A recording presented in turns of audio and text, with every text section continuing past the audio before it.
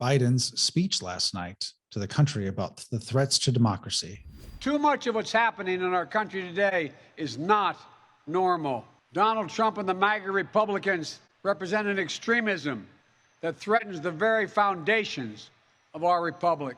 What's your take on that? I actually couldn't believe that speech as I heard it. It was so over the top. It was so full of vitriol and hate. It was like an inducement to civil war. It was like he's telling half of the country, you're going to be the new kulaks and you're in a lot of trouble and we're going to do bad things to you. I mean, it was, I don't know who put him up to it. I mean, these horrible people that he's got in back of him did, obviously. But I thought that speech was like ringing the bell to the start of the fight. Is there any historical comparison you can make to that? Is there anything that you're aware of that is that kind of a laying down the gauntlet, kind of crossing the Rubicon sort of speech that he made? Yeah, well, Kristallnacht in Germany, what was that, 1938, I think? That wasn't a speech, though. That was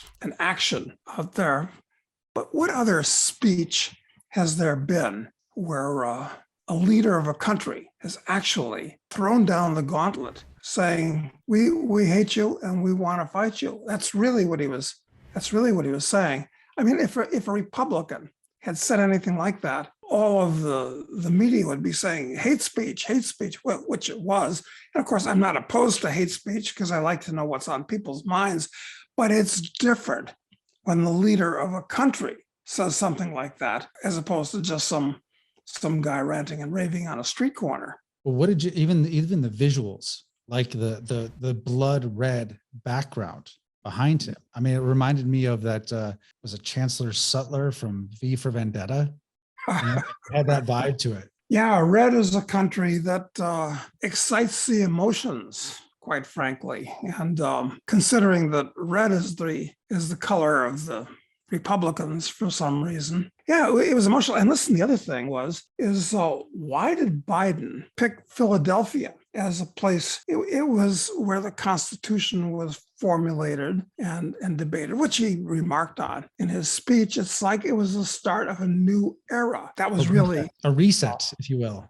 A reset, exactly correct. So I think this was intentional. It wasn't just a speech from the Oval Office. People have seen lots of those, but this was in a place that resonates to Americans. God, I hope it's not as serious as I think it is going to turn out being. I don't know what they've got in store now to follow up on that. It was a challenge. It was a challenge to essentially 70 million adult Americans that voted. Right. It's very strange. And I think, there were a couple of things that were that people have talked about, I guess, that it was kind of crossing a line. And I think that it in and of itself crossed the line.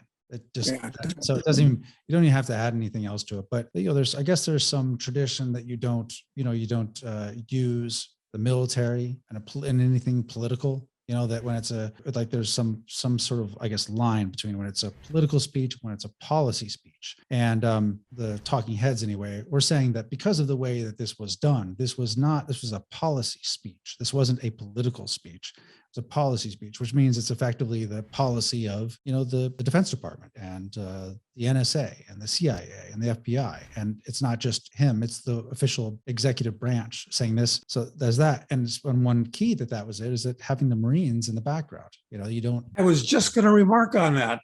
That's unusual. I don't recall that being done in the past, having those two Marines back there. No, and the blood red background, I think, is so shocking because I mean, as soon as I saw that, as soon as it came on, I'm sitting there with Jane. I'm like, what the hell? Like, why? They're clearly sending a message, And these things aren't accidental. They are choreographed. They're thought out by people that are professionals at mob manipulation. So I haven't heard much comment so far, or I haven't heard if they've taken any action here the day after. But we've got, and I'm wondering what the effect of that speech on the elections in November are going to be, positive or negative.